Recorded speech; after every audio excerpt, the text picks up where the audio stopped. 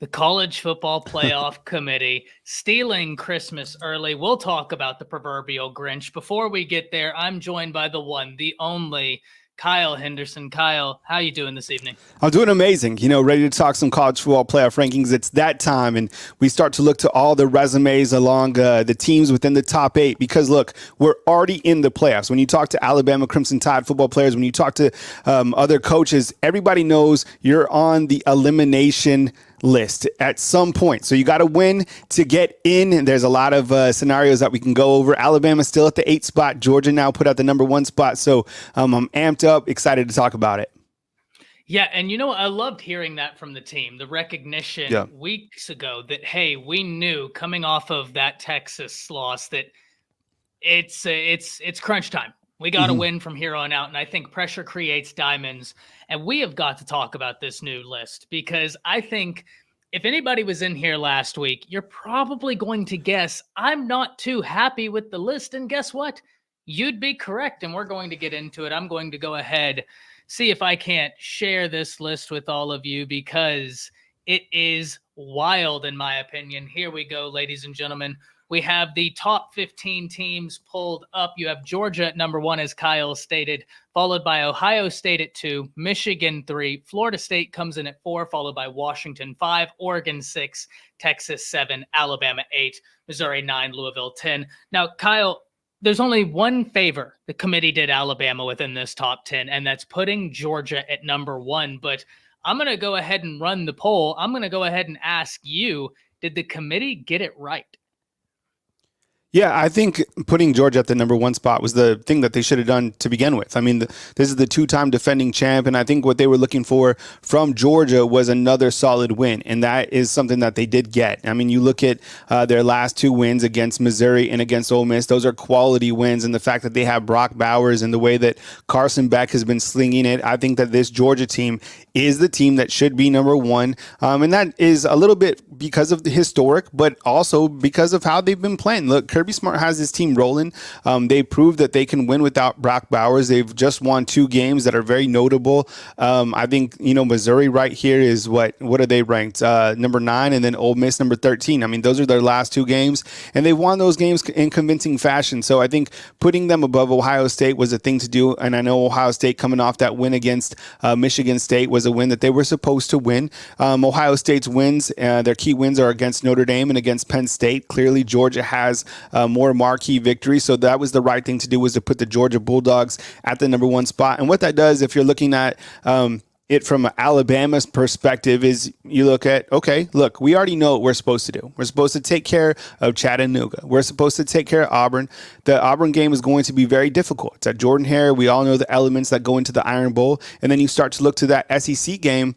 And the championship game in Atlanta is something that the stakes are high. Every single game from here on out, the stakes are high. And that game in particular, it's going to be interesting to see what the committee does because we have to see what is happening around college football. As you know, Ohio State is going to play Michigan. Florida State is going to play Louisville. You have Oregon who's going to play Washington. So we're already in the playoffs. And, of course, Texas, when you look to their resume and look to how they've handled the last 2 weeks, they've won their last 2 games by a total of how much, fam? 6 points. Very slim. Very slim margins. Listen, I don't disagree at all. Georgia at number 1, I think, is due. I think they're a great team. They handled Ole Miss. They handled Missouri. And I think it sets up for an Alabama-Georgia matchup in the SEC championship game that's going to give us absolutely fireworks. And it would be a crime if the SEC champion is left out of the college football playoffs, if Alabama is to down the Dogs. Now, it's going to be a tough game. Alabama has to get through Chattanooga. They got to get through Auburn first. We'll cross that bridge when we come to it. But outside of the committee putting Georgia at 1, Kyle, I have a big problem with something on this list. And it's the same problem I had last week. I agree with you about Texas. Yes, they've gotten some struggle wins. But do you want to know what I can say about Texas that I cannot say about Oregon? Is that Texas has gotten some struggle wins when their quarterback got injured. He came back, they're winning, but they have 3 ranked wins. They and Alabama are the only 2 teams with 3 ranked wins. How in the world is Oregon ahead of Alabama and Texas? And I released this poll to the chat and I asked, what is FSU's key win? We have 83% of the voters saying LSU. And chat, I released that very purposefully because as we can see, LSU, I do believe, is FSU's key win. And if that's the case, then why isn't Bama getting the credit for beating LSU? Sure. If the committee is telling us that FSU beating LSU is better than Washington beating Oregon, then why is Oregon ranked ahead of Texas and Alabama? Their own rankings don't make sense. The way they're saying the FSU game is valued because they beat LSU, Bama beat LSU. Bama beat Ole Miss. Kirk Herbstreit was just sitting up there talking about how great it was what Georgia did to Ole Miss. And I agree. What Georgia did to Ole Miss was really impressive. Bama held them to 10 points. Kyle, why does it feel like Alabama isn't necessarily getting the credit that they deserve for the teams that they're playing? Or am I reading too much into this? I mean, look, if you want to really compare resumes, I mean, we do a resume kind of comparison between Alabama and Oregon back at Bama Football on YouTube. And when you look to these particular teams, you look to Alabama and the fact that they beat Ole Miss, they beat Tennessee, and they're able to beat LSU, right, within a consecutive stretch of games. They're 7-0 in SEC play. They've won 8 games in a row. This team is on fire. And you look to how that transformation of the team from week 2 to this point in time, this is a completely different team. And I think Alabama was almost penalized for losing an early season game against, a very good Texas team. Now, straight up, Texas beat them in week 2. Now, if those two teams are to play today, who's the better team between those two teams as of this moment in time? I mean, you look to the fact that Texas was able to beat Kansas State in overtime, a game that the Wildcats should have won. And then last week, they allowed 20 points in the fourth quarter against TCU. It wasn't pretty. So then when you throw Oregon in the mix, look, the AD from Utah is on the selection committee. So he's been able to see Utah. He's been able to see Oregon. And you also have the Nevada AD, who I guess let's label him a Pac-12 guy anyways as well, just because they're out on the West Coast. I don't know if they have any pull in that, but they do like the Pac-12 and they do like the Washington and they do like the Oregon team. And look, Oregon wasn't really penalized for losing to Washington. That was a 3-point game on the road. I think they do like style points. And what I mean by style points is playing a weak schedule and racking up points. I mean, Oregon right now has the number 1 scoring offense in the country, 46.3. They're led by Bo Nix, who is a minus 150 Heisman Trophy contender, playing out of his mind against competition that, let's face it, is subpar. I just think when you stack up the Pac-12 against the SEC, we've seen this story again and again. I know the past doesn't dictate the future, but we all know that the committee likes style points at this point in time. The good news is that these two teams have to play each other again. Look, I'm not saying that Oregon isn't a good team. I'm not saying that Washington isn't a good team. Playoff type team, there's a different caliber of teams. Alabama right now is red hot. In my opinion, Alabama right now is a top 4 team. The way that they're firing on all cylinders. Nobody wants to deal with Alabama's defense, and nobody wants to deal with Jalen Milroe. And that's the truth of the matter. I mean, you got to take care of Chattanooga and Auburn, but when you start to compare the schedule of strength, Oregon number 63 on Power Guru. Guess what Alabama is? Number 2. Number 2, right behind Purdue. I think Texas has the number 8 overall strength of schedule. But other than that, I mean, Alabama's gauntlet and the transformation is something that needs to be noteworthy. And Kentucky's AD is also on the selection committee. He's the lone rep on this committee. He had a firsthand seat to watch Alabama versus Kentucky. If it wasn't for Kool-Aid's muffed punt up into that game against Kentucky, Alabama would have been up on Kentucky like 49-0 at halftime or whatever. That kind of gave Kentucky a little bit of momentum. But right now, this team is laser hot. And in my opinion, teams should be ranked how they're playing at this point in time. So that's what's a little bit frustrating about these recent rankings. Yeah, I think when we're talking about the rankings, a holistic approach needs to be taken into account. Because listen, I think that Texas did beat Alabama. They should get credit for that. Bama 76 in chat. I completely agree with you. You're saying Alabama's schedule has lended itself to where they are one of the only teams with multiple ranked wins, 3 for the college football playoff. The only other team to do that is Texas. I just don't understand how Oregon is ahead of them. And I do agree with you. I think if they met today, these are two very different teams. Alabama wasn't able to capitalize on some of the big plays in the early portion of the season that they're able to capitalize on now. The offense is running completely differently. The Texas defense has continued to be the strong suit, but that offense hasn't ever recaptured that same magic that they had against Alabama that night. Sure. The defense continues to impress, but that Texas offense, even though we know it can be good, they just haven't ever had that same magic that they had against Alabama. Here's the good news, Kyle. When we look at this, 2 and 3 are going to play each other. Michigan and Ohio State, they're going to play each other. Florida State, they still have some games in front of them. Bama, UGA, they play each other. So do you believe that this is going to be something to work itself out? Because there is an uncomfortable situation that I can pose here in a little bit, that the committee will be involved, but do you believe that by the end of this, the committee will be taken out of it and that the games will have figured this all out for us? I mean, I got yes and no. I mean, I think the good news for Alabama fans is the fact that Georgia got slotted to that number 1 spot. So now Alabama knows that they just have to take care of Chattanooga, can't buy into the rat poison, can't watch shows like this and have to handle Auburn to get to Georgia. And then I think that if Alabama is to beat Georgia, it's going to be really difficult for the seeding committee to leave out the SEC champ. Granted that was your number 1 team that you had ranked at the number 1 spot, and a team that has now won 11 games in a row, you can't leave them out of the playoffs. The SEC champ. At that point in time, if Alabama's to run the table, they're going to be 10-0 in SEC play and riding an 11-game winning streak. And that is if they beat Georgia, right? I know that's all hypothetical. That's all rat poison, but that is something that you're going to have to deal with. When you look to Oregon and Washington, those two teams are going to play each other. Now, if Washington finishes undefeated, if Florida State finishes undefeated, and look, Florida State plays North Alabama this weekend, and then they play Florida on the road at the Swamp. I don't know. I mean, Billy Napier, I don't know if he's going to really be able to, get the best of Mike Norvell. That team's playing at a very high level. I've been hypercritical of Mike Norvell, and not necessarily of him as a coach, but of Florida State. I watched them the last couple of weeks. I know it's against a lower grade of competition, but they're pretty good. I mean, Jordan Travis can certainly spin it, and those wide receivers are ultra talented, and I think they're just a lot better than the competition they're playing. I thought they made some good second half adjustments against Miami. Pretty good team. I like the quarterback at Washington. Who doesn't? I mean, the receivers that he has as well. I just think the Pac-12 lacks a defensive component, and I don't think their strength of schedule has really provided them an overall resume to sit at this table. The other thing is you could potentially have a 1-loss Big Ten team, right? Because each Michigan and Ohio State, where are those guys in the Big Ten? They're both on the East. There's nobody on the West. They need to swap those teams out so they could play twice, going forward. But, one of those teams is going to be left out. And now you have Jim Harbaugh saying to everybody else, what are they? America's team. He said that yesterday, right? He said that it's America's team. In Ohio State, they've been able to win games. They were trailing Rutgers at the halftime break, 9-7, came back and gutted out that win.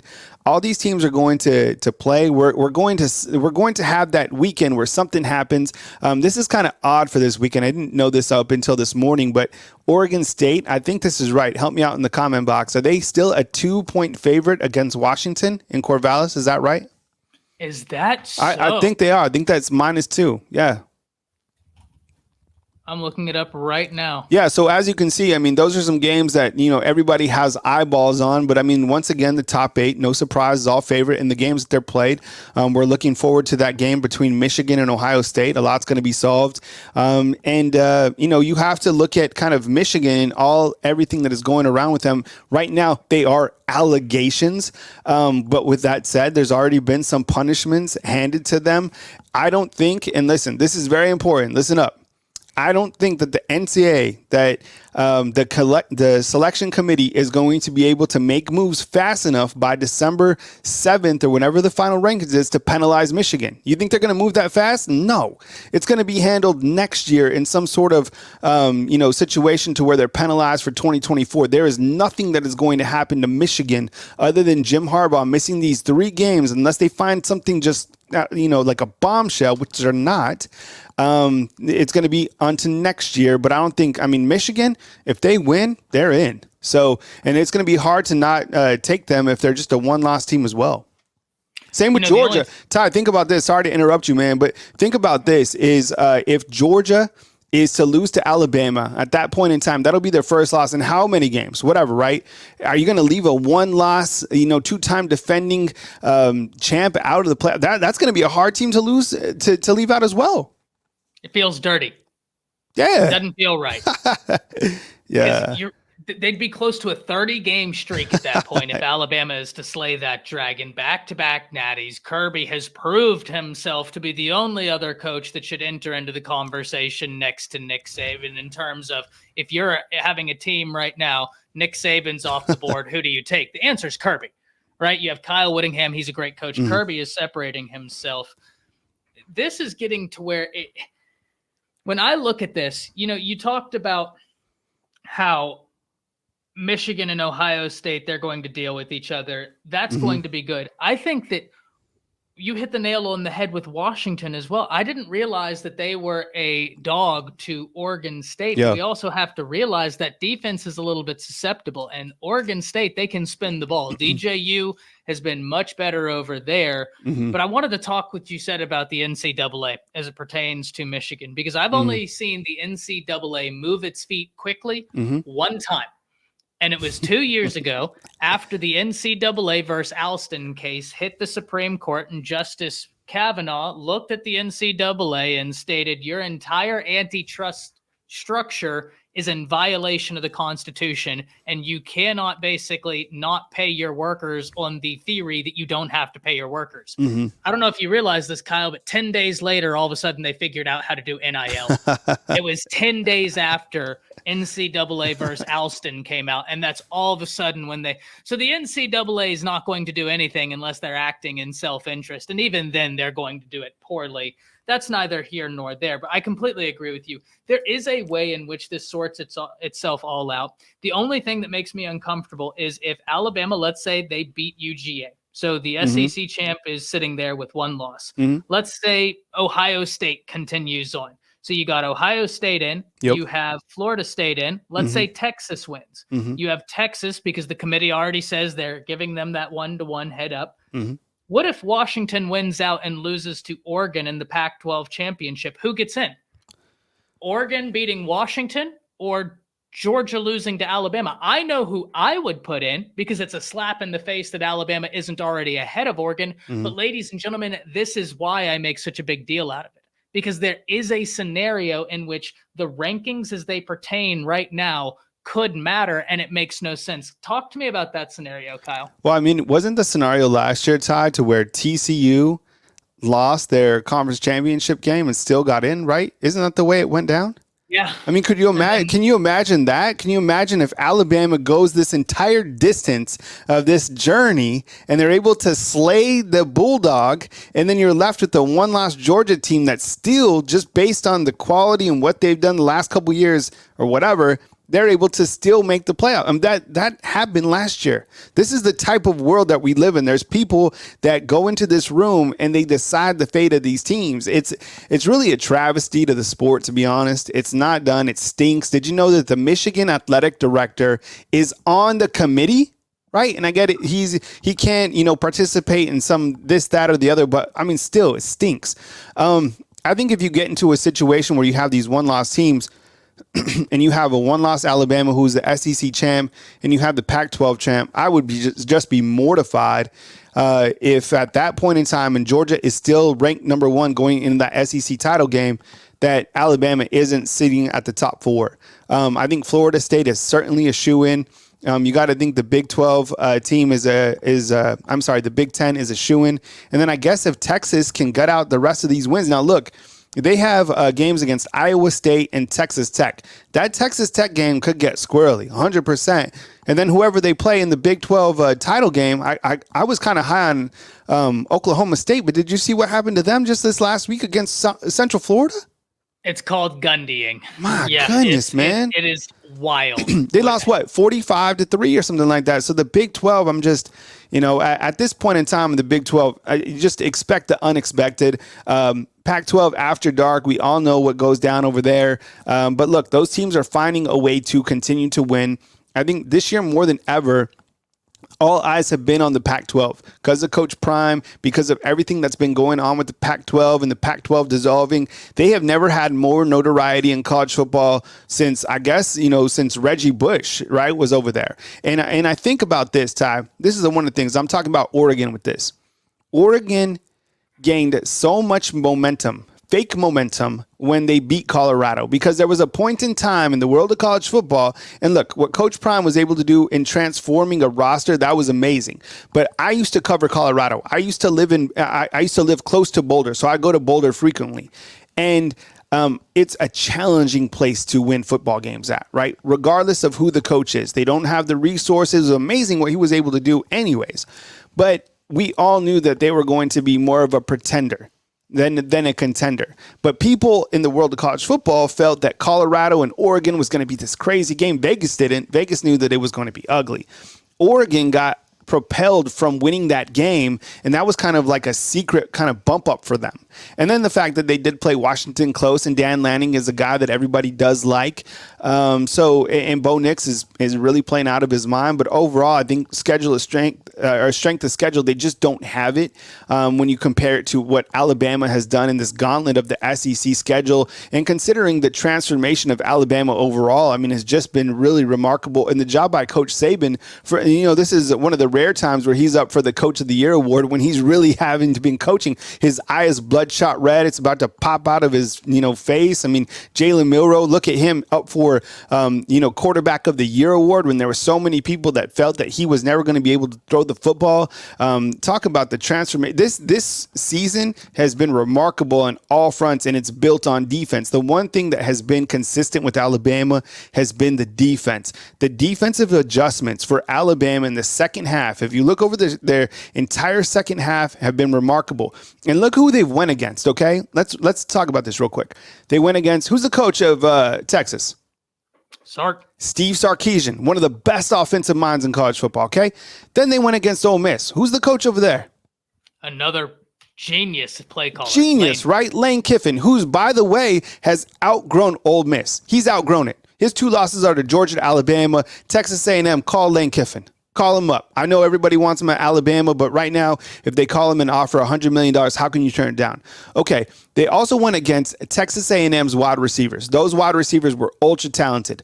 Too much for Bobby Petrino, too much for Jimbo Fisher. Those wide receivers were electric. Tennessee's wide receivers, really good. The quarterback, really good. Who's the quarterback, Ty, of LSU? I think the best quarterback in the nation, Jaden Daniels. Thank you. And who's his key target? Which one? Malik Neighbors, right? He's Thomas, a first-round draft pick as well. Kyron Lacey. Yes, exactly. So those are the teams that Alabama was able to put away. Those and the defense specifically. You want to run the football in Alabama? You want to play Big Ten football against Alabama and run the football? Go ahead. Alabama's defense is built to stop the run. The secondary is complete. The inside linebackers are phenomenal. They've had a couple of injuries, but nothing marquee. This team is healthy. They're hungry. This Alabama team is a team that nobody wants to deal with. In my opinion, this is the hottest team in college football, right next to Georgia. Last week I quoted them and I compared them to Hansel because I just gotten done watching Zoolander. Hansel's so hot right now. That's Alabama right now. Yeah. They are Hansel. They are heating up. Jalen Milroe is one of the most progressed passers in the nation in terms of what he has continued to do. And hats off to Tommy Rees. I think we need to, as Alabama fans, as college football fans, we need to give a lot of credit not only to Nick Saban. This has been a sensational job by the GOAT, but Kevin Steele and Tommy Rees, they have done phenomenally. Yep. Kyle, we've seen more growth from Jalen Milroe from Texas A&M, Ole Miss, Texas A&M to where we are right now than we saw from Jalen Milroe 2 years under Bill O'Brien. That is wild. Yeah. That's incredible. Now, I get it. He's getting more of the lion's share, which will inevitably lead to more growth. But Tommy Rees is starting to find something in this offense, and it's getting scary. We've talked about the other teams in this situation. Let's look ahead to what Alabama has to go through if they want to come out the other side. You have Chattanooga, Auburn, Georgia. You referenced Chattanooga's played some teams close. This is going to be a game where they're not going to give it to Alabama. Alabama has to take it. I think Alabama is going to be uber focused because some of the things you said. But Auburn is playing pretty well right now. And Jordan Hare, ladies and gentlemen, I've said it before. I'm going to say it again. The stadium is cursed. Great fan base, but that stadium, freaky things happen when you play in Jordan Hare. Talk to me about what Alabama has to do. Obviously, win out. But the committee is saying they want style points right now. Does Alabama need to make it a little bit sexy?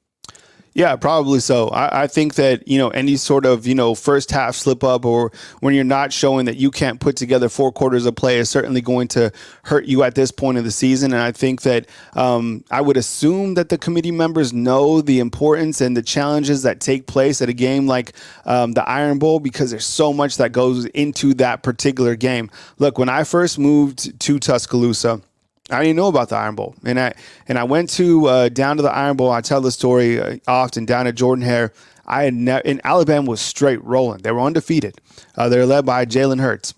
And guess what? The defense was actually led by Kevin Still. The defensive line, I had never ever seen a defensive front beat up Alabama like that before. Auburn goes on to win that game, and Alabama actually still makes the playoffs. Doesn't even play in the SEC championship game, and that was the year where you had Tua throw to Smitty. It was crazy. That was my first year covering the team. That stadium, anything can happen in that game. Bo Nix has beat Alabama before in that game. I've seen tight ends rise up in that game, and you didn't even know who they were.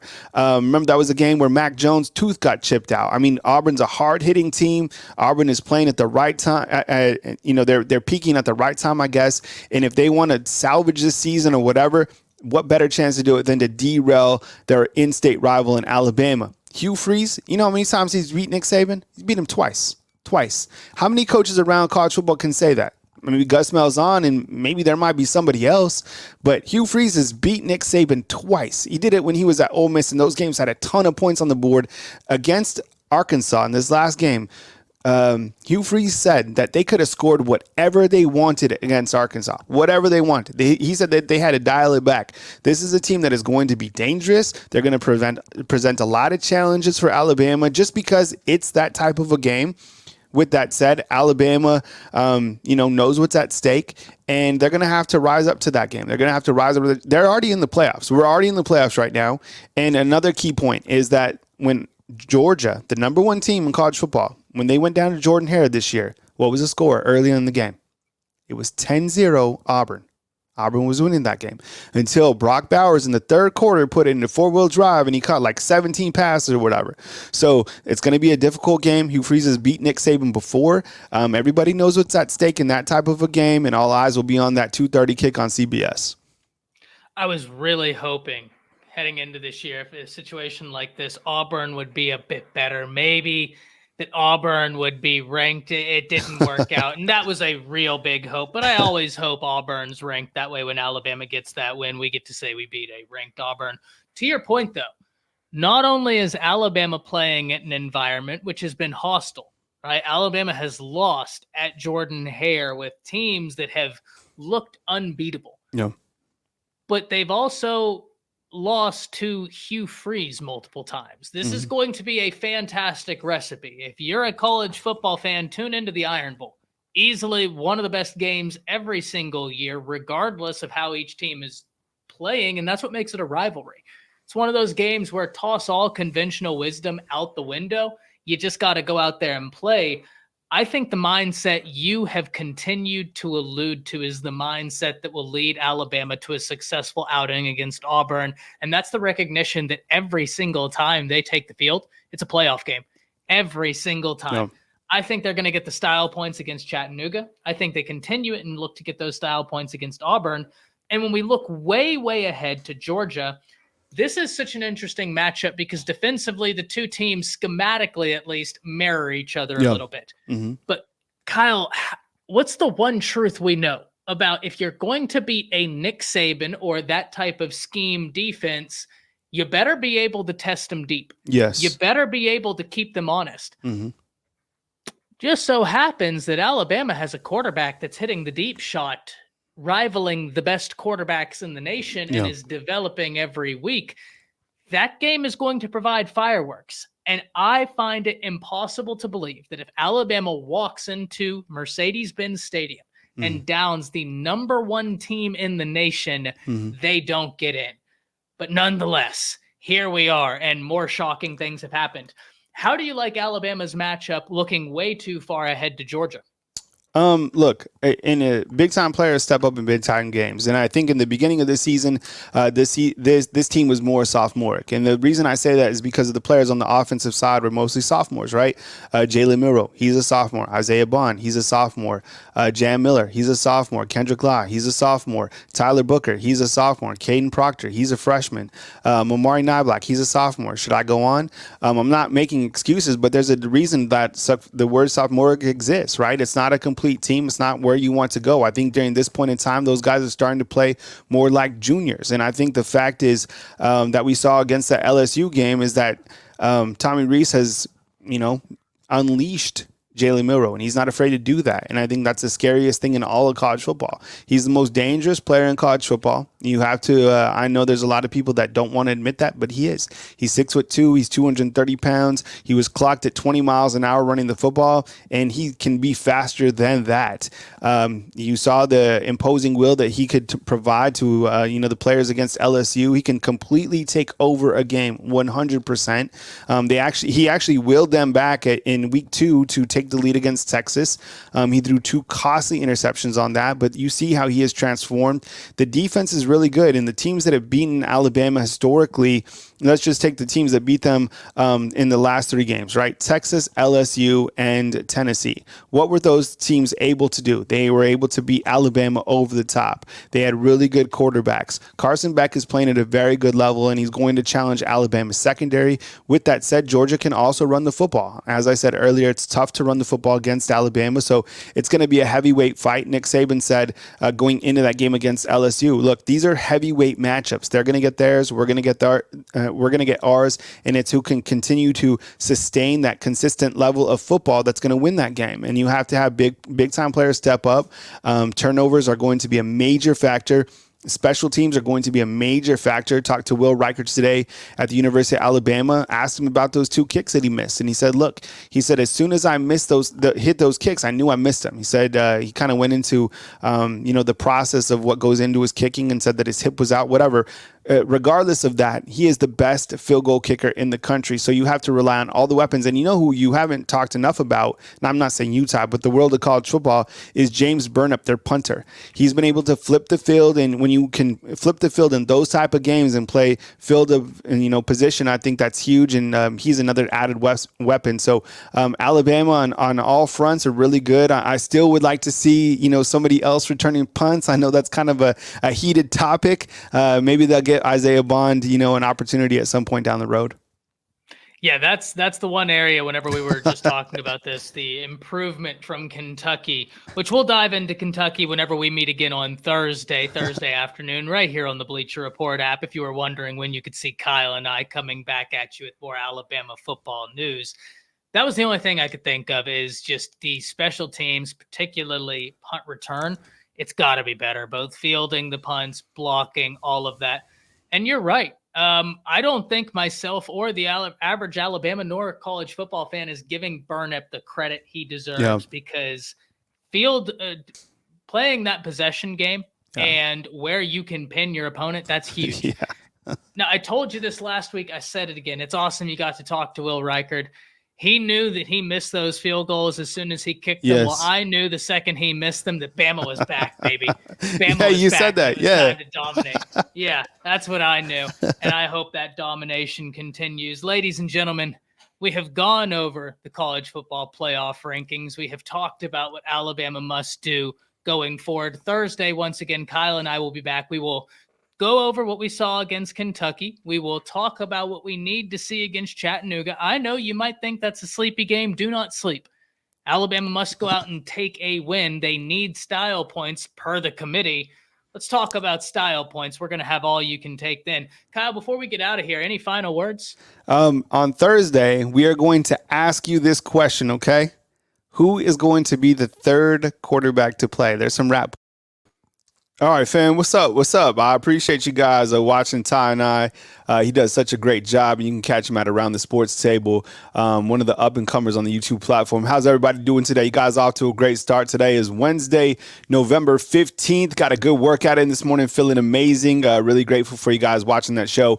Let's take in some calls. Give me like 1 minute while I set up the call-in line. I'll be right back, and then we'll get the show continued with the call-in line. I also have Coach Saban's SEC teleconference at 11. But happy to take some calls and talk some college football with you. So give me 1 minute. I'll be right back, and then we will talk some college football. So just give me one. Literally, it shouldn't take me but 1 minute, and I'll be right back.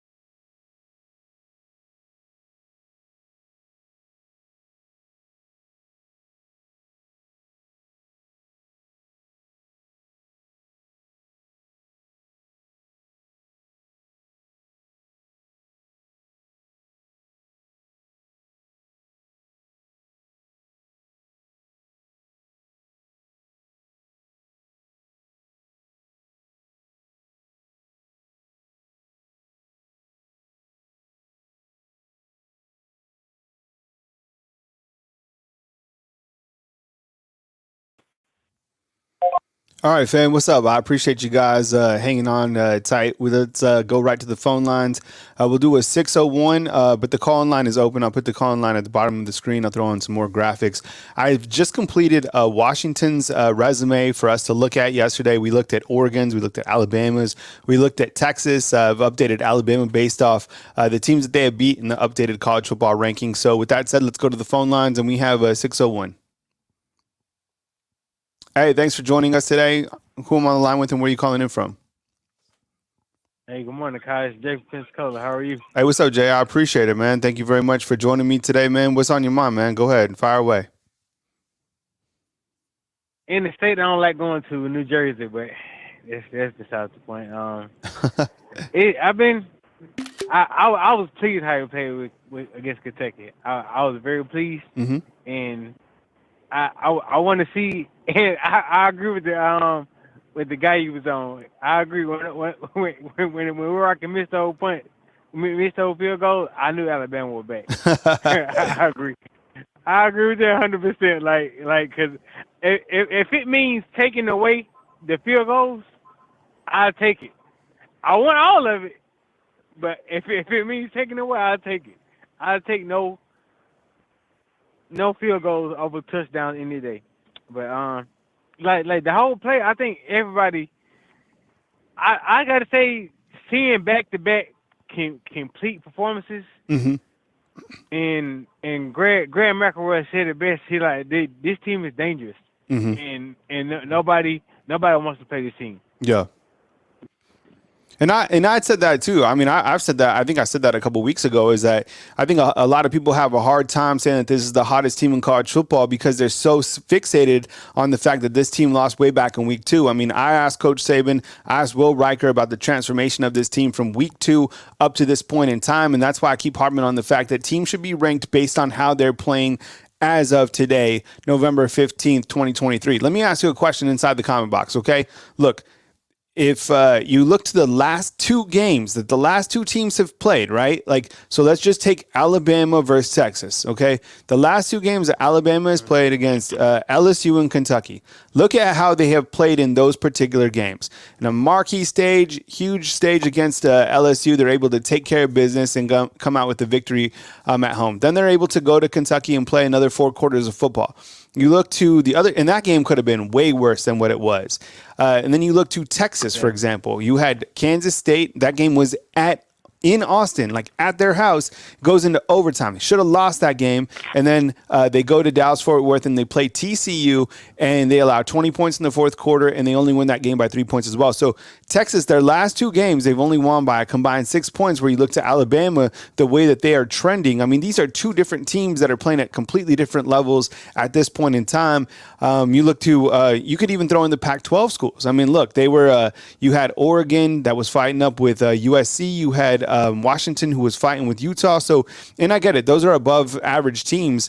But I'm just saying, like, at this point in time, I think Alabama, and that's why I labeled it being boxed out, because I get it. They lost head-to-head to Texas, 100%. But when you start to look to resumes for Alabama and Texas and you start comparing them, I'm like, how is a resume like Texas, like I'm about to show you right here, I mean, they are valuing that huge win against Alabama. I mean, they just really are. I mean, they love the win against the head-to-head. I mean, that just values so much, and I think it's something that Alabama's just going to have to work through. We've talked about the different scenarios of how things could, change if Texas is, able to slip up, and I think that's kind of the best hope, because if Texas loses one more game, they're completely out, and that won't be something we have to talk about. But right now, you look at the Longhorns' resume; they're on a 4-game win streak, 9-1 record overall, 6-1 in the Big 12, number 25 scoring offense, 33.5 points per game. They beat Alabama. That's the win that they're living off of. Lost to number 14 Oklahoma at a neutral site game.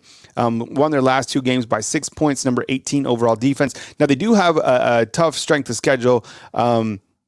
Playing number 8 overall, I will give them that, and they're missing some key components. They're running back and this and that, but overall, I mean that win, the committee is just valuing that head to head, and Alabama, I mean that certainly hurt them. What else you got, Jay?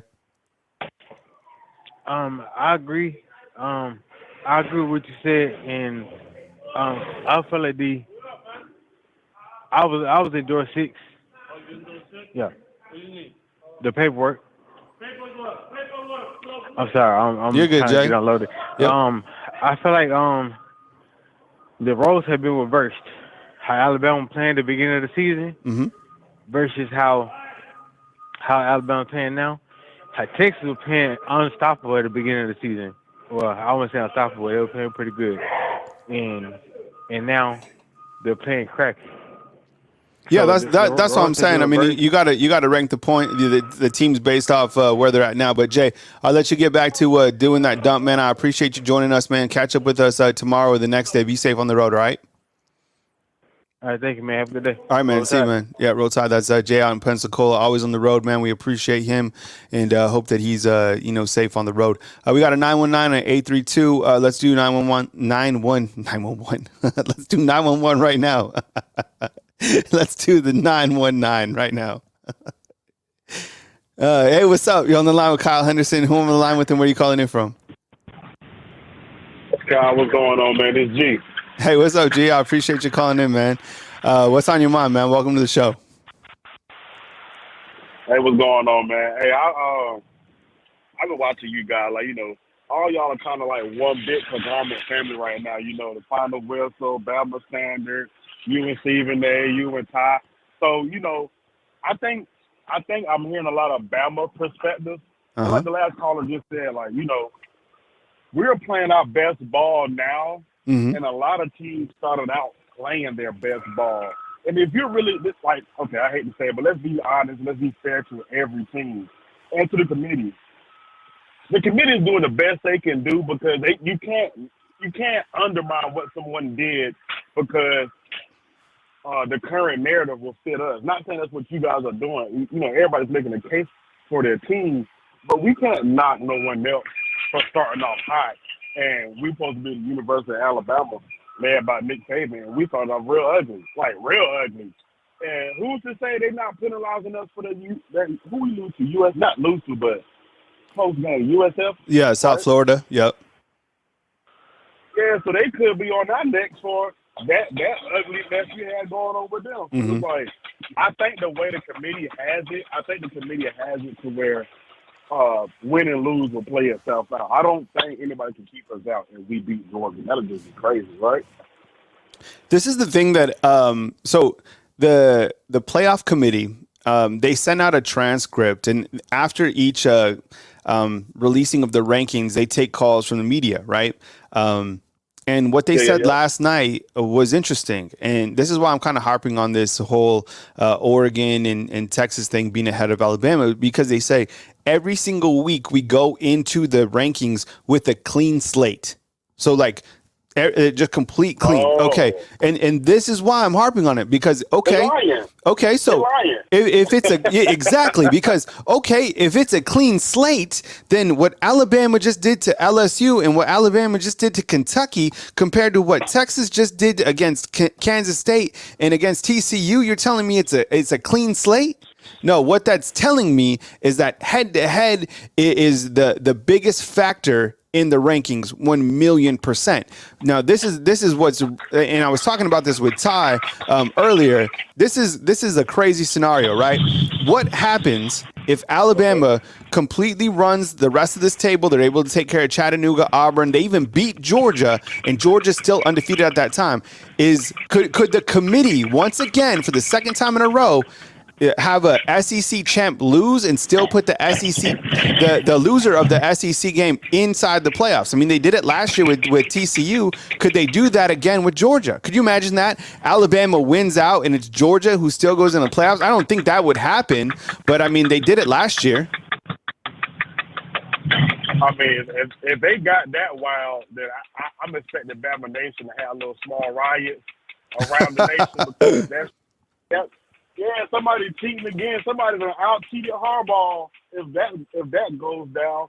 So listen, okay, if they saying they're going to week basis, there's no way Bama not a top 4 team. Thank you. I'm not with Oregon. I'm not with Oregon in their strength of schedule, but we got to give them the credit they do have. They're not sloppy, and we were our first 4 games. Yeah, they might tussle with some teams that's a little less than them, but they're not sloppy. You know what I'm saying? They're not jumping off sides. They don't have these crazy misalignments going on. And, you know what I'm saying? They've been a clean team that plays sucky people. So, like, they're kind of getting a default love. You know what I'm saying? Mm-hmm. What else you got? What else you got, G? We should be close to that. Yeah. What else you got, man? Okay. The last thing I got, and I hope it reaches Bama Nation, and of course it will. I hope it gets to the locker room too. We need style points, right? Yep. And the only way I think we can really get the style points is through the defense, not knocking Milrose, not knocking, what the offense has evolved to. Mm-hmm. I think Bama's best argument is being the prettiest defense or the most physical defense in the nation. I think we have the best defense. Mm-hmm.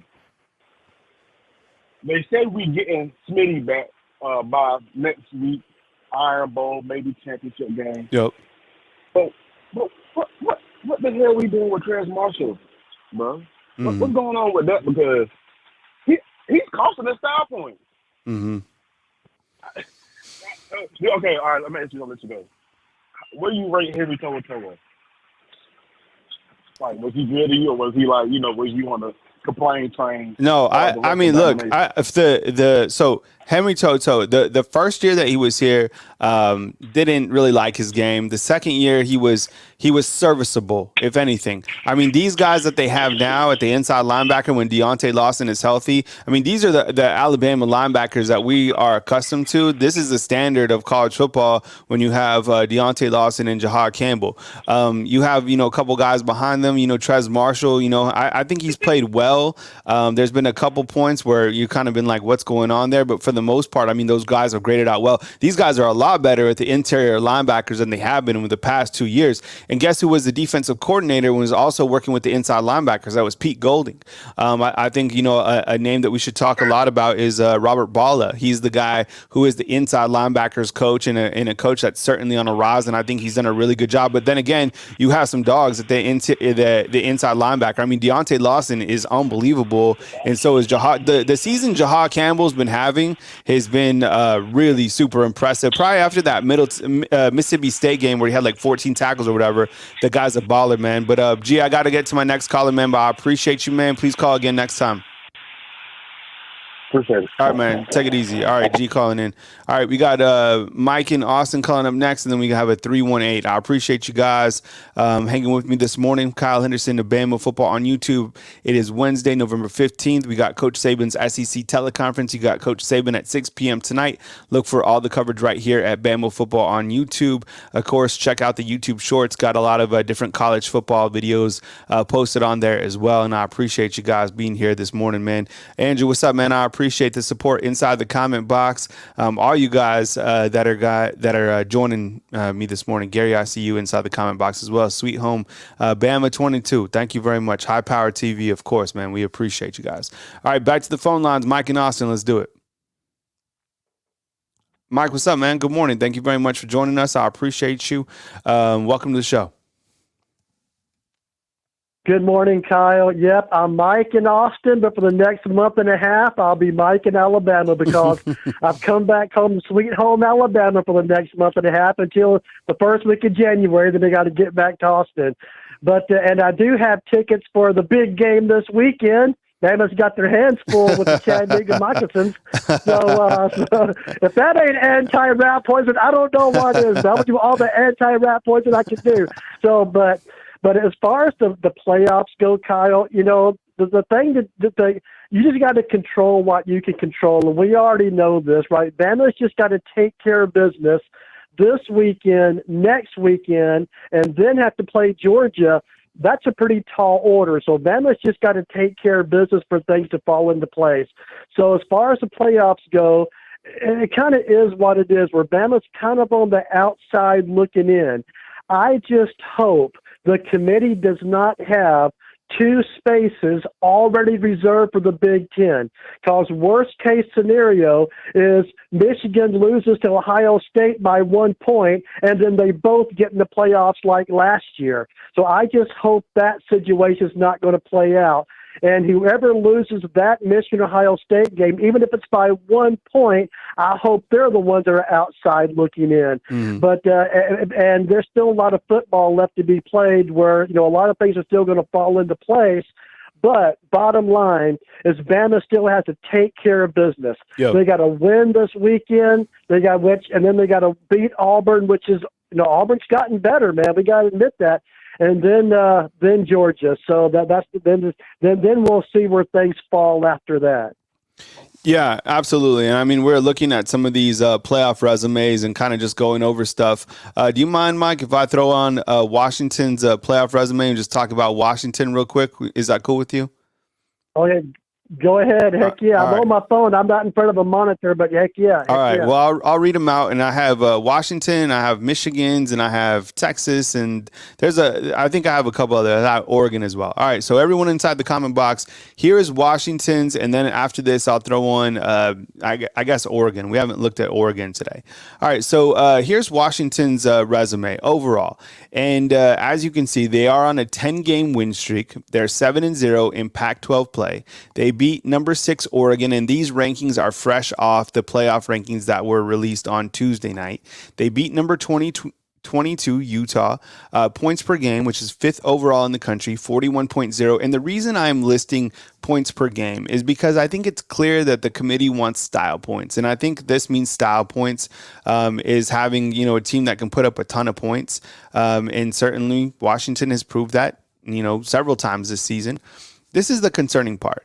They are number 99 overall in defensive play. So when we say that Pac-12 has weak defense or no defense, that is clearly a statistic that jumps out, allowing 25 points allowed per game on defense. The number 40 strength of schedule on Power Guru. Remember, Alabama has number 2.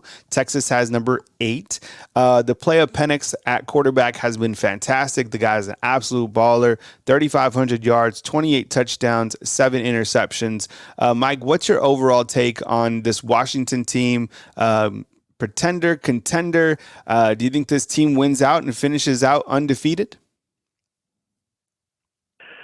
They probably finish undefeated, but pretender. Mm-hmm. This is why. If your defense is overall number 90, that is that is bad. That is pathetic, and that is not a championship caliber football team. So when you get the good offense like LSU and plays against a great defense that Alabama and Georgia has, you're going to lose that game. But who was Washington's out of conference? Who was their best out of conference opponent?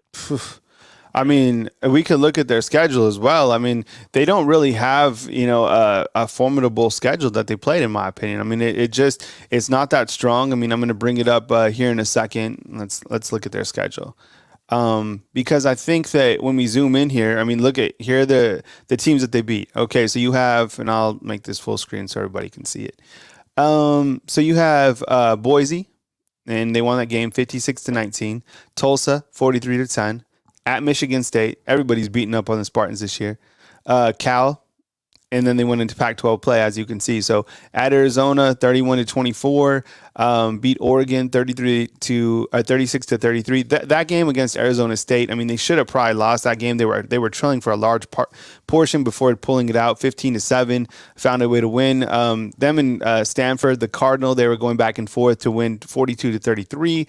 USC, that game was back and forth, 52-44, and then again back and forth one more time with Utah, 35-28. So there's kind of how you see it. But out of conference win, I guess, is their best win. I guess who is it? I don't know, Boise or Tulsa, I guess. Boise, I guess, is an okay out-of-conference opponent. Yeah. At Michigan State, that's a weak out-of-conference opponent. Sure. But there's some pretty good victories in there. I mean, there's some pretty good victories, and they're having a good season. They got a good offense. But the bottom line is, if they played Alabama, if they played Georgia, and I even say if they played a good Michigan defense, Washington's probably going to get beat. They're just going by their good offense they have, like LSU. I mean, if Washington played LSU would hang with them. It'd be 60-61 final score. I say Washington's pretenders. I say they're pretenders. And same thing with Oregon as well. I say they're good offensive teams. Offense is fun to watch, but it does not win the big game. We've seen that over and over and over again. I think if Alabama or Georgia played Washington, Alabama would play some old-fashioned physical football, keep-away football, run-the-ball football, and Washington would simply give up with the physicality. That's what I think would happen there. So I say they're pretenders. And same thing with Oregon as well. I think they're pretenders. And let me just talk. Let me highlight Oregon's resume real quick. 4-game win streak, 9-1 record, 6-1 in Pac-12, number 1 in the country in scoring. Again, seeding, the committee loves that. Beat number 22 Utah. That game was on the road. They also lost on the road against Washington, who was number 5. Number 18 defense, points per game, 17.10. The committee loves this team overall. Number 52 strength of schedule, and Bo Nix is a favorite to win the Heisman Trophy. So there's a kind of look at Oregon. That's a tough color on the eyeballs, but that's kind of a glance at Oregon. What were you saying about Michigan? Because I have their resume up as well. Well, their out-of-conference schedule's too weak to get any kind of judgment on them, and they play a 2-game schedule. Of course, Penn State, and then Ohio State. But I think Michigan's a team that can be beat by the best teams in the other best teams in the country. And I think Michigan's going to get beat by Ohio State. I just hope when they do, like I mentioned, they fall far enough or that they're not taking up any space in the playoffs. But I think Michigan's a very beatable team. And because, like I say, their schedule's too weak to really judge.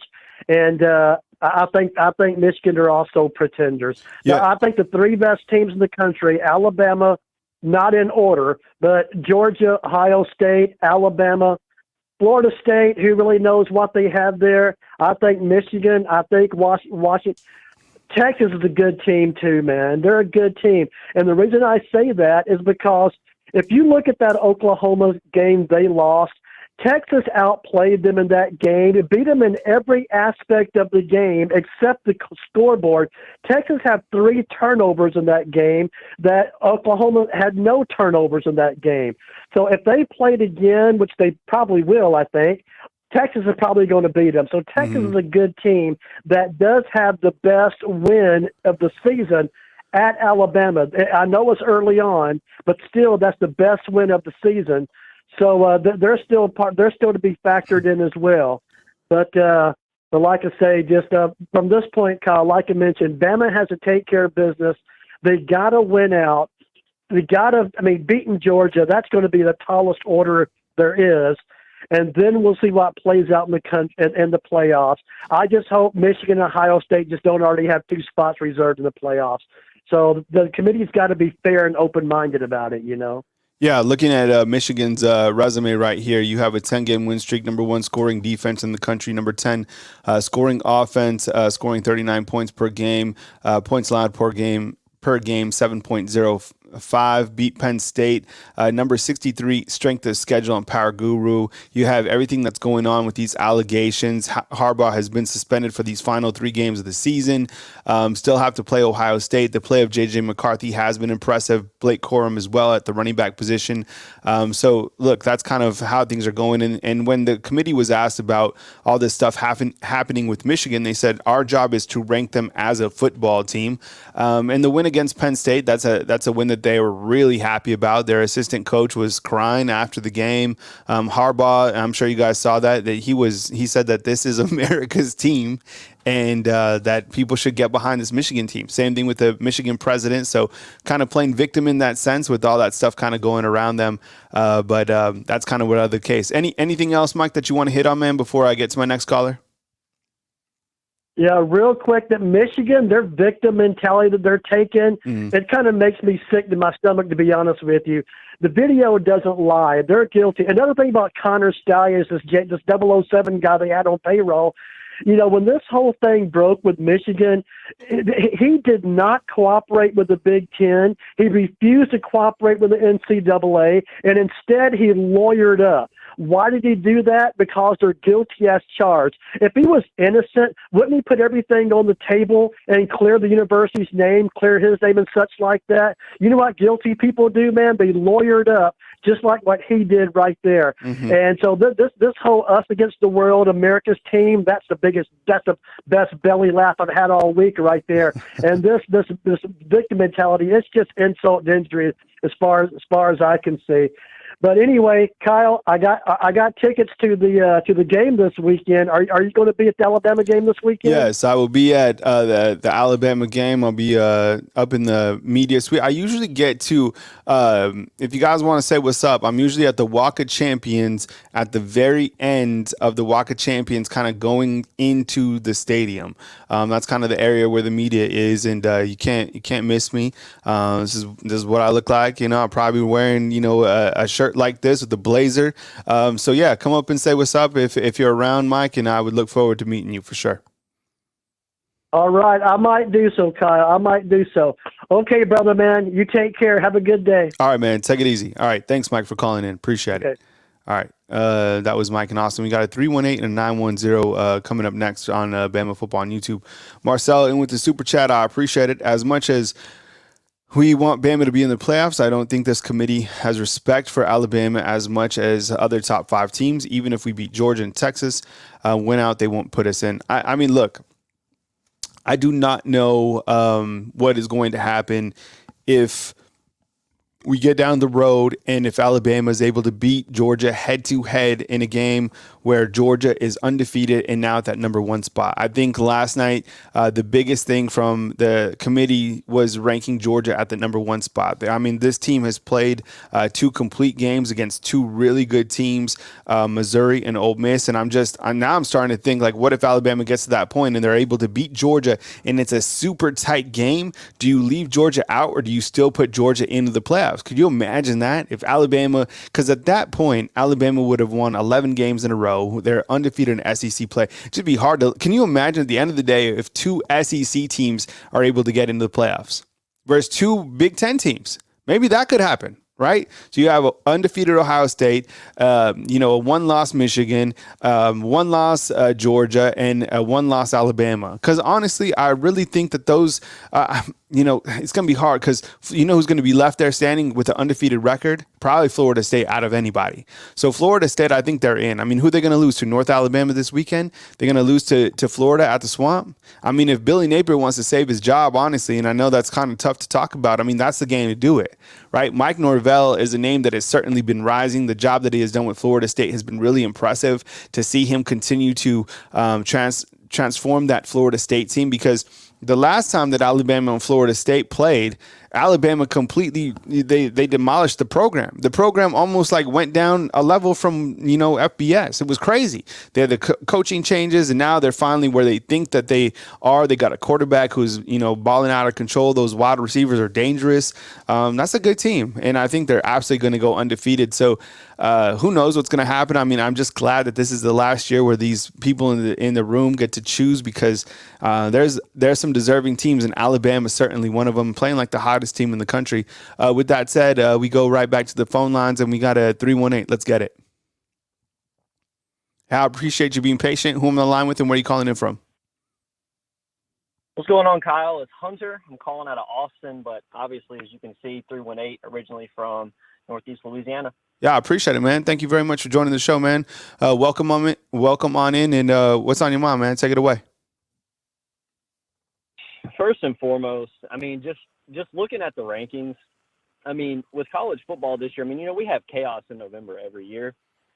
But, man, if there was ever a sticky situation to be in, the playoff committee is in one right now.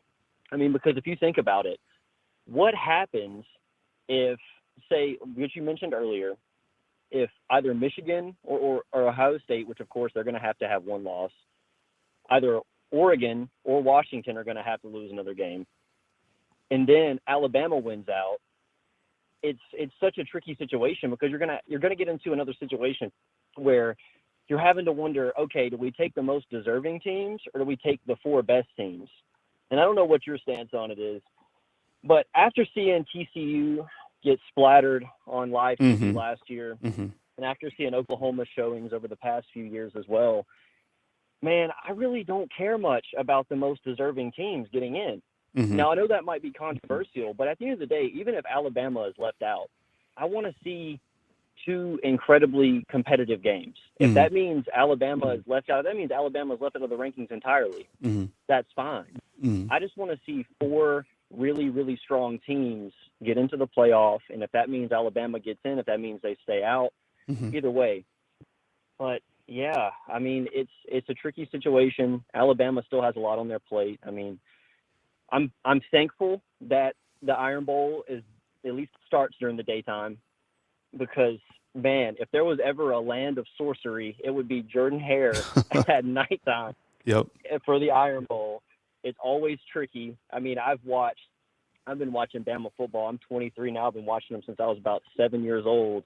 And, man, I have watched some of the craziest situations happen in the Iron Bowl, especially when it's on the road. And then, of course, Georgia, which is basically another away game. But I like Alabama in that game. I think both teams are playing really well. I think Georgia is playing very well on both sides of the ball. I think Alabama is doing the exact same. But I don't know. I have this weird feeling that Alabama just is going to win it all this year if given the shot. If they're given the chance to get into the playoffs, I really don't care who they play. They could play Oregon, Washington, Michigan, Ohio State, Georgia. Again, I really don't care. I just think Alabama I think they felt the sting of that Texas loss. And then I think they felt the embarrassment of that rough showing on the road against USF. And then with Jalen Milroe getting benched, still showing great leadership for the team and cheering on both quarterbacks, I think they really rallied around Jalen Milroe as a leader of this team. And then, of course, you've got leaders all over the defense. I mean, it's like every single position has a leader at every position. So it's just really great to see. But, I can talk forever about how proud I am of this team. But, yeah, I mean, after that Texas loss, I mean, they looked like they were dead in the water. And honestly, I think most of the national media types left them dead in the water. But, man, they looked incredible.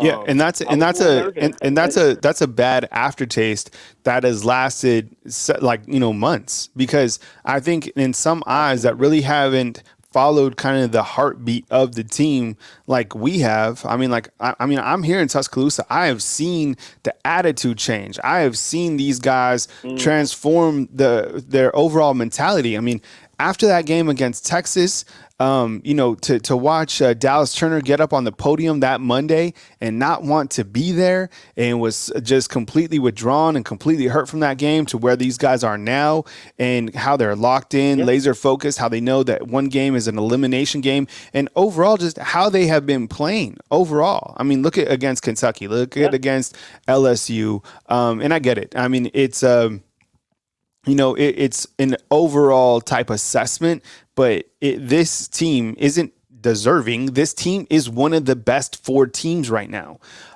Georgia has proven that. Alabama has proven that. Yeah. I think that Michigan and Ohio State honestly have yet to prove that. I think they're going to play in that game, and we're going to see how those 2 teams hit. And if they are a heavyweight caliber, then one of those teams is going to get in. Florida State, I mean, have they proved it? I mean, with their schedule, you could point to their schedule, and same thing with Washington, and same thing with Oregon. Have those teams really proved it? Texas, they're not playing like they were at the beginning of the season. This is a different team. So, not at all. I mean, is this the same? You get Bama and Texas on a field, doesn't matter. Bryant-Denny, Austin, wherever. Alabama is the favorite in that game, 100%. So, absolutely. I like you said, it's the 4 most deserving teams. That's, it's the 4 best teams. So we're the 4 best teams. Bama, 100% a 4 team. And like you were saying about the Auburn game, look, we've talked about this all week going into that game, and I know this is rat poison because you got Chattanooga coming up, but that game is daunting no matter what the year is, no matter who the coach is. Yep. Gus Malzahn was able to beat Nick Saban several times, with a really good defense and a quarterback that would rise up. You know who beat Nick Saban head-to-head was Bo Nix, right? So Bo Nix is able to beat him. And that was his freshman season or whatever. I mean, Bo Nix has been in college football for like 7 years. So we've seen some wild things. Like he's been there since he was 15. Yeah, and exactly. And with everything that Alabama has on the line, this is Auburn's Super Bowl, right? They get to play one big game a year. And that's a challenging team. They were up on Georgia earlier in the season, 10-0. Hugh Freeze, we've pointed to the fact that he's been able to beat Nick Saban not once, but twice when he was at Ole Miss. It's a tough game, 100%. And it seems like they finally found some offense. And, Malzahn said he could score Hugh Freeze said he could score whatever he wanted to against Arkansas this last week, so they have a little bit of confidence. What else, man? I appreciate you calling in, man, in the dialogue. What other points you got? Of course, Oklahoma State, we're talking about Bama, but Oklahoma State got a taste of that Gus Malzahn special last week. I mean, they looked amazing. Yeah. They came in and they upset Oklahoma, and they went and got body bagged by UCF, and Gus Malzahn at the helm of that team, of course. But, I mean, and I feel like, and this is my last point, I feel like a lot of times Alabama is criticized heavily for their loss against Texas and then their performance against USF, and I've even seen people criticize us for only winning by 6 in one of the toughest venues in college football against a pretty tough A&M team. I know they just fired their coach, but I don't care. It doesn't matter. A&M is very similar to Auburn. They could have not won a single game. If you go into their building, it doesn't matter if it's early in the season, middle of the season, end of the season, day or night, they're going to give you their best showing. If you are a team, you circle Alabama every single week. It doesn't matter if it's Chattanooga, Auburn, or if it's A&M or whoever, because that's the brand that we've established. People make their seasons by beating Alabama, and that's what Texas is living off of right now. And honestly, I still think Florida State is living off their win over LSU. I mean, if you want to criticize Alabama for looking rough on the road against USF, let's not forget Florida State only beat Bowling Green by 2 points on the road. I remember that game too. I wasn't born yesterday. I'm only 23, but I remember that game very well. So it's not like Florida State has just looked like this completely dominant team. And let's be honest, if LSU and Florida State played again, they might win. And they may not. I don't know, because LSU's defense, they couldn't have paid for a stop against Alabama in either half of that game. So you don't know. But LSU's offense didn't look great that night, but they look great now. I mean, they blew out Florida last week. So who knows? I mean, it's such a tricky situation because, like you said, I think it's hard to argue that Alabama is not.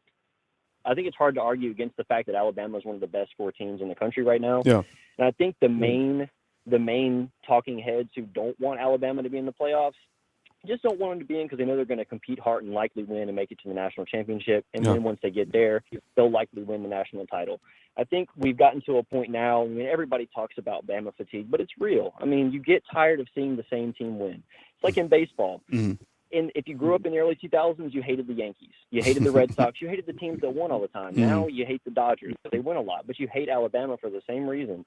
And a lot of times, you don't want to see them in the playoffs. You don't want to see them in contention because they'll likely come in and they'll likely smoke your favorite team by 2 or 3 possessions because that's just the style of ball we play. Yep. And with that point, I'll go ahead and I'll let you get on to the next caller. Kyle, it's been great. It's been a while since I called in. Man, last time I called in, I was 19 years old. I was a freshman in college, man. But, yeah, it's been good talking to you.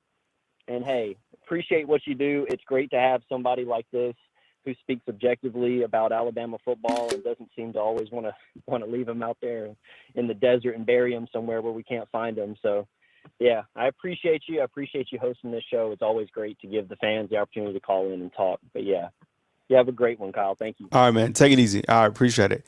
What a call. That was you have these younger fans that call in and they have such a great take. And some people just can talk college football, can talk sports. I mean, I love it. So that was certainly a great call. It's crazy. You kind of seen even from him, like 19 to 23 years old, that transformation. How long we've been doing this too. I remember doing the call-in show, like 5 years ago, and just kind of starting out. Now you see that everybody's doing, they have their live shows and this and that. So I appreciate you guys joining me. It's just kind of amazing to see kind of the world of growth on the sports platform. We got a 910 calling in, and then we got David from Louisiana that we'll get in. All right, so 910, let's do it. Hey, thanks for being patient. You're on the line with Kyle Henderson. Who am I on the line with, and where are you calling in from? Hey, Kyle, this is Christian. I'm calling in from Cibolo, Texas. I know it says 910 is because I'm from North Carolina, so all right, yeah, I know it's a little different. Well, I appreciate you calling in, man. Welcome to the show, man. Take it away. Yeah, so I was looking at the the rankings. I was watching the rankings last night, and I mean it's a little tricky for Alabama right now, But my main thing with everything, and I was just doing a little bit of digging and a little bit of research of my own, and I was thinking, right? So Ohio State, Michigan, obviously they have to play.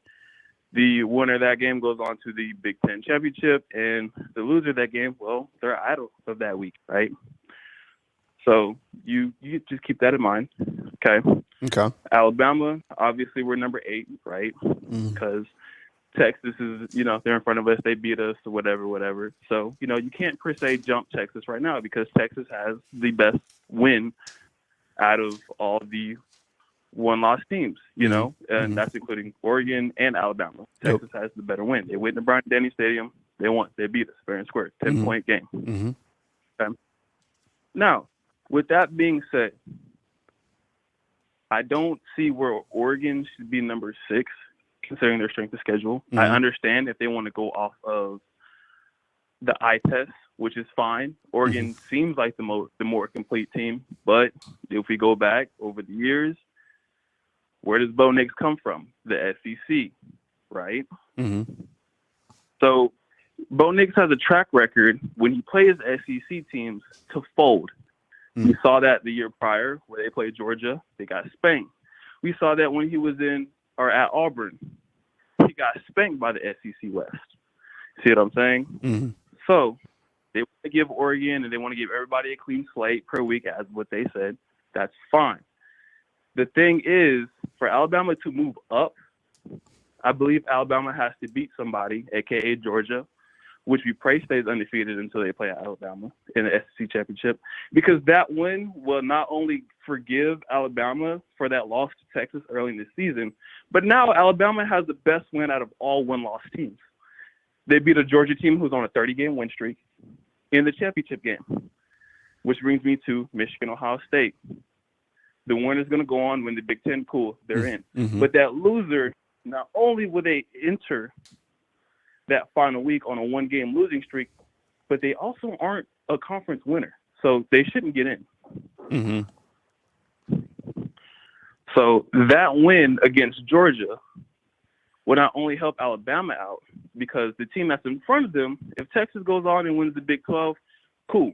But their best win would then come from a two-loss Oklahoma team, two-loss Oklahoma State team. See what I'm saying? Mm-hmm. So now you want to go with the eye test and things like that. Alabama would, at that point, have the better win, which means Alabama would be the better out of all those one-loss teams. So they should move up forward. And the only way I see Alabama get left out is if we actually see a lot of bias towards the SEC at that point, which I just don't believe that'll happen. I don't see how you leave out a SEC champion, no matter no ifs, ands, or buts. Yeah. Yeah, I mean, look, we've been doing this college football playoffs for a while now. This particular season, it seems like this is the time that we've talked about the Pac-12 the most ever, and it all kind of started from Coach Prime, and then these Pac-12 teams just didn't lose, right? And now here they are, and you have to have the conference championship. There's not an even number kind of vying for those top four spots. And it gets tricky because the one metric to me that I think should probably weigh more than anything is the strength of schedule, right? Like what type of gauntlet did you play? Who are the teams you beat? And I think where I'm having a difference of opinion is that the committee, it seems to me that they are valuing style points it goes like this: style points, head to head, and then strength of schedule, right? And that's just how I see it. And I think, honestly, head-to-head, of course, matters. That should probably be up there. And then it should be strength of schedule. And then it should be kind of style points. Because, let's face it, in the world of college football, there's kind of a different level. Like, that top 15 is a lot better than the rest of the world of college football. And you're seeing that, you have to see it because teams have to get, people on their schedule. But I think the strength of schedule should certainly matter. And Alabama has 100% played gauntlet of a schedule. They really have. I get it. It's not the murderer's row to go through Arkansas, Tennessee, Ole Miss, and LSU, but I mean, it is very challenging. And what they were able to do during that stretch and to be undefeated in the SEC, that says a lot. And if they're able to go against down to Auburn, that is also an impressive win. And then if they're able to beat Georgia, a team like you said that hasn't lost in almost 30 games now. What can you guys help me inside the comment box? What is the last time? What's a winning streak for Georgia as of today? What is it? They're at 28 today. 28 games. So, man, that's unbelievable. I mean, that's what a streak. So, and can you imagine if Alabama gets to that point, things are still running, they're able to beat that type of Georgia team, and then for them to potentially still not make it, and for Georgia to still not make it, I agree with you. It just seems, Jarvis is saying 27, but I mean 27, 28. It's 28, right? Is it 28? 28. I mean, you got to think the SEC is carrying weight in there. And I think that, the committee will see that. And I think, look, and we still haven't had this happen in college football. We still haven't had that weekend where everything blows up. Let me show you guys a graphic real quick. I just put this together. These are the odds for this coming week, and I'll get to my next call in just a second. David, hang on. So these are everybody is playing and kind of the remaining games, and I also put the odds on the back end as well. So let's look at this real quick. So you have number 1, Georgia, and we're at the top of the left of your screen. The last 2 wins against Missouri and Ole Miss. And the reason I just put these games is because this is when the college football playoff started, and the playoff committee said that we look at this as a new slate every single week. Those wins are impressive. Missouri, Ole Miss, those teams are ranked. They have Tennessee, who is also ranked. They're a 10-point favorite in that game. Now you have Ohio State. They were trailing against Rutgers at the halftime break, able to come back and win that one handedly. Same thing against Michigan State. They are a 27-point favorite against Minnesota, and then take on Michigan the following week. Michigan is 10-0 on the season, beat up on Purdue. According to Harbaugh, this was like the biggest win in program history against James Franklin and Purdue in Happy Valley. And now they take on Maryland, where they are a 19-point favorite over Coach Locks and his squad, and then they take on Ohio State. Florida State, they were able to take care of Pitt. We're tied with Miami at the halftime. Now they take on Northern Alabama. That's kind of that back-end game, just like Alabama has their game against Chattanooga. Washington, as you can see, they just beat USC and Utah, which I guess is impressive. Now, look, this is interesting. They are a 2.5, they're underdog in Corvallis against Oregon State. That is a game that everybody is going to be watching. Oregon, they just beat Cal and USC, and they're a 23.5 favorite against the Sun Devils. And then you have Texas, who is favored by 7 against Iowa State, considering the fact that they just lost their last 2 games by a combined 6 points. Then you have Bama, who is favored by almost 45 against Chattanooga. So there's kind of how things look for the weekend slate of the top 8 teams. You want to make one more point before we bounce out to my next caller? Go ahead, man. Yeah, you even just said it. With the Oregon State, their last 2 games are going to be Washington and Oregon. So, with that being said, I honestly don't see Oregon State going 0 for 2. I just have a feeling they're going to go 1 for 1, whether it be this week or next week. They're gonna hit jackpot. They're gonna hit the nail on the head. I don't see them losing. They have a pretty good defense and a really good run game. That ball control that they have with that running game is going to be something to watch out for. So with those 2 last games that they have, I don't see them losing both of them. Mm-hmm. I don't. Yeah. So I think that'll help Alabama a lot. And something tells me Oklahoma probably, because Texas, they don't finish very well. Mm-hmm. Something tells me when they face Oklahoma in that Big 12 championship game, I think they're going to get caught again. So I just, if college football continues doing how it's been doing for the past years, Texas is going to lose 1 more, per usual, back to the regular Texas that they normally are. Start strong, can't finish. And then Oregon or Washington, or one of those 2 teams are going to slip up. Obviously, they'll still play each other in the Pac-12 championship, which will knock one team completely out. But I just don't feel Washington has the strength of record or strength of schedule to surpass all the other teams that they've played. And if Alabama continues to win, that'll even out the playing field right there. Alabama have the better strength of record, better strength of schedule, and the better win out of all the one-loss teams. Yep. So I think that'll help a lot. Obviously, Michigan, Ohio State still have to play. So the loser of that can honestly, they can just write that off, or we'll just go next year. Yep. Because without any Big Ten championship, even an appearance, even if you get there and lose, I just don't, especially to Iowa, I just don't see them doing that. So whoever loses that game will definitely help Alabama out, but Alabama's going to get the help they need. Just hasn't happened yet. All right, man. Well, I appreciate you calling in, man. Please call again next time. Good rapping with you, and we'll catch you soon. All right, appreciate it. All right, man. Enjoy listening to you every day. All right, man. Thank you so much. Appreciate the support. All right, David from Louisiana, man. Let's do it. All right, David, welcome on in, man. Appreciate you calling in, man. Welcome to the show. No problem, brother.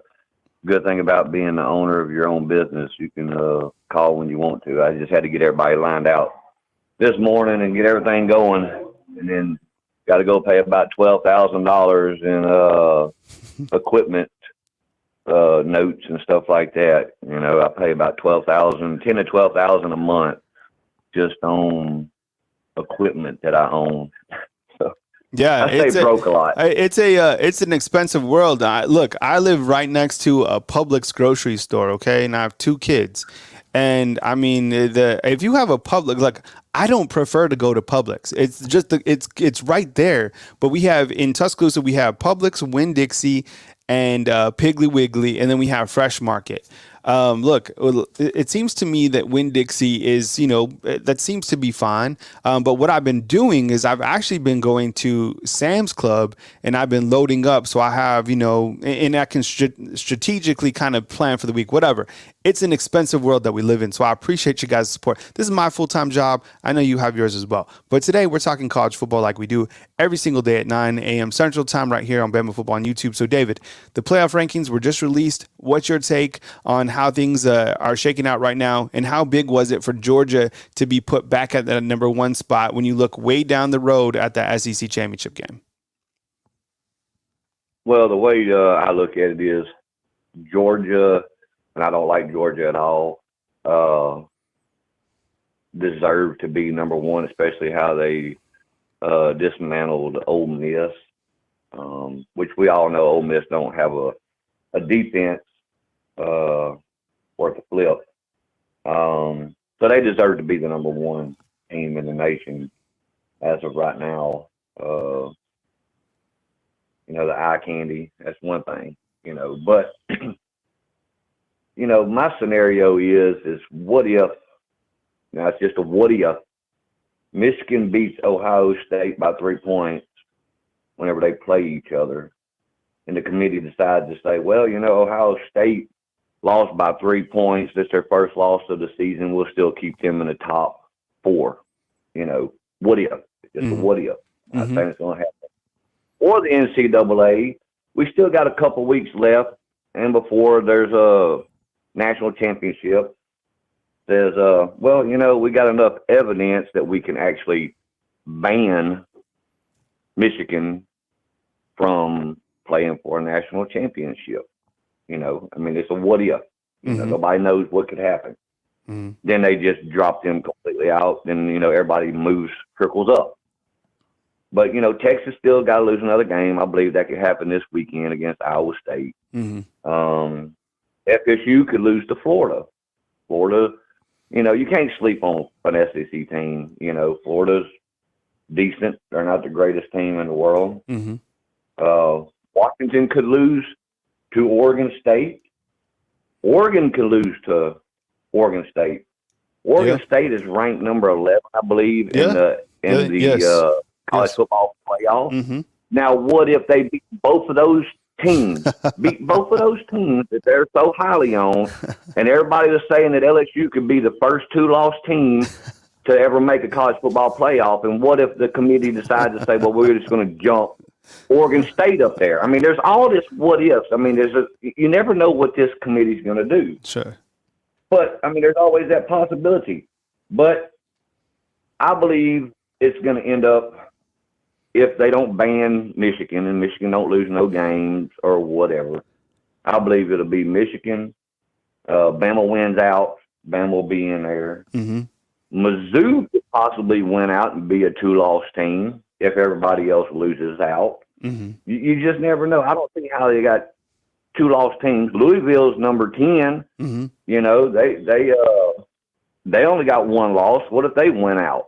Nobody knows what's going to happen with this committee. It just don't make no sense to me how I don't know. They need to have I have no clue how they need to do this, because these people up there on this committee just don't know, to me, what they're talking about, because it just changes and they're keeping the same team in the same places pretty much. The only one that's been flipping lately has been Ohio State and Georgia.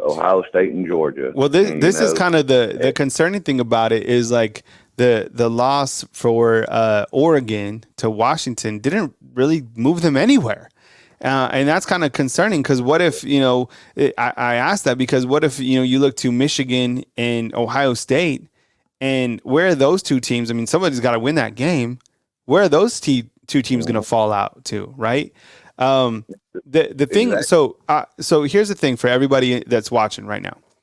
Go to the ESPN, and then, so go to ESPN College Football, and then type in rankings, and then go to the All-State Playoff Predictor. And you can punch in these type of scenarios that we're talking about here, and it'll show you kind of percentages what the computer thinks, and it's pretty interesting to think about. Now, when you do that with Alabama, if Alabama is able to beat Chattanooga, beat Auburn, and beat Georgia, they have a 94% chance of getting into the playoffs. So it kind of gives you those scenarios like that. And I think that overall, if Georgia stays at that number one spot and Alabama is able to take care of business in the SEC championship, look, Auburn's going to be tough. Georgia is going to be tough. And I think there's a lot of people right now that is like, they just waltz through Georgia. I think they beat Georgia, but it's going to be a hell of a game. That could be even the national championship could be taking place at the Mercedes-Benz Stadium. That's going to be the hottest ticket in college football, 100%. Georgia's loaded up. They're healthy finally. Brock is back. That's great. You want to be able to go against Georgia with Brock back, because the last thing that you want to do with the committee is be like, oh, well, you beat a Georgia team that didn't have Brock Bowers, right?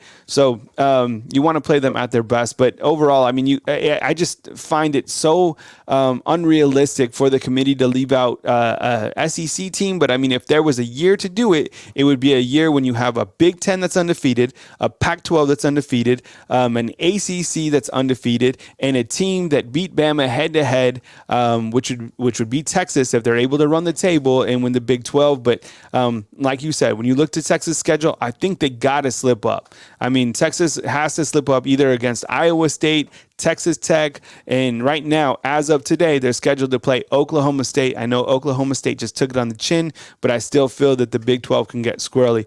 Anything else, David, before we wrap it up? Make another point, man.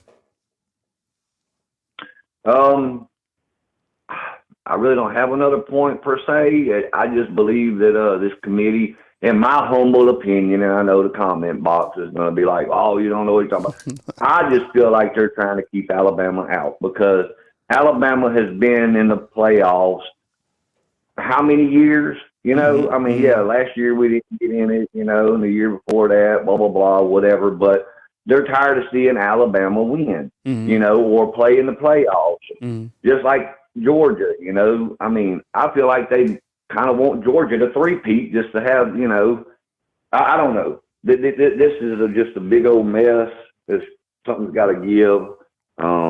Maybe they can get, I don't know, can't get Joe Biden to do it because he'd blah, blah, blah, blah all the way through it, but it'd be just a big old mess up there. But somebody's got to figure it out, because these people up there just don't know what they're talking about, because the way Alabama they didn't throttle, but they beat down LSU good, the number one offense in the country, and then they went in and handled business against Kentucky. You know, the only thing that they're looking at, in my personal opinion, is how we were stagnant against USF. You know, while these other teams have went in and pretty much dominated these lower tier teams, even though they're Division I teams, went in and, you know, just, you know, dismantled them. Yeah. And we struggled against them, but we were still trying to find our identity. If we had probably had Milroe in, it'd have been a whole different game, you know, because we've seen how Milroe has, you know, each and every week, he's just gotten better and better and better and better. And just imagine if he does not declare for the draft next year, this team here, with what we have returning next year, is going to be the scariest team in college football, period. Nobody's going to touch us with our running back room. We got some great DBs. Trey Amos, from my understanding last night when I was listening to Coach Smook and him, said that he has not declared or has not put his name in or anything like that. I know that's later on, but he still has, I believe, one more year of eligibility because of the COVID year, to where he can play one more year. And he's, you know, when he stepped in for Terrion Arnold, and he's played a couple, you know, times, he's been very good at what he does. So this team next year is going to be dangerous. There will be a quarterback competition next year, whether Milroe's there or not, like it is every year, you know. But with that being said, man, God bless each and every one of you. God bless this great country. Roll Tide, and I hope and pray we can keep on winning. And we've got to do some style points this weekend against Choo Choo Train, Tennessee. And, we got to beat Auburn, you know, at least by 14 at least by 14 or more points. We have got to beat Auburn. That's not going to be an easy task, but I believe we can. And then go in and get focused and prepared to beat Georgia, even if we beat them by 3 points or 7 points. That's a statement game right there that Alabama has found their identity, and there's no reason for this committee to keep Alabama out of the top 4 and go into the playoffs and just dismantle everybody else we play against. So everybody have a great day. I got to take care of what I got to take care of. Y'all be safe and God bless. Roll Tide. All right. Take it easy, David. Thank you very much for calling in. Appreciate it. All right. Thanks for watching, fam. Hit the thumbs up, like, subscribe. I appreciate you guys being here. I got Coach Saban's SEC teleconference. I got Coach Saban at 6 p.m. You can catch those press conferences right here at Bama Football on YouTube. I appreciate you if you guys would become fan funders of the YouTube channel. Just go up to the top of this YouTube channel and you'll see a join button. Hit the join button as low as $2.99. I really appreciate all you guys' support, the super chats as well, and just being right here and hitting the thumbs up and being subscribers of our YouTube channel. Coming to you from beautiful Tuscaloosa, Alabama. My name is Kyle Henderson of Bama Football on YouTube. Thanks for watching.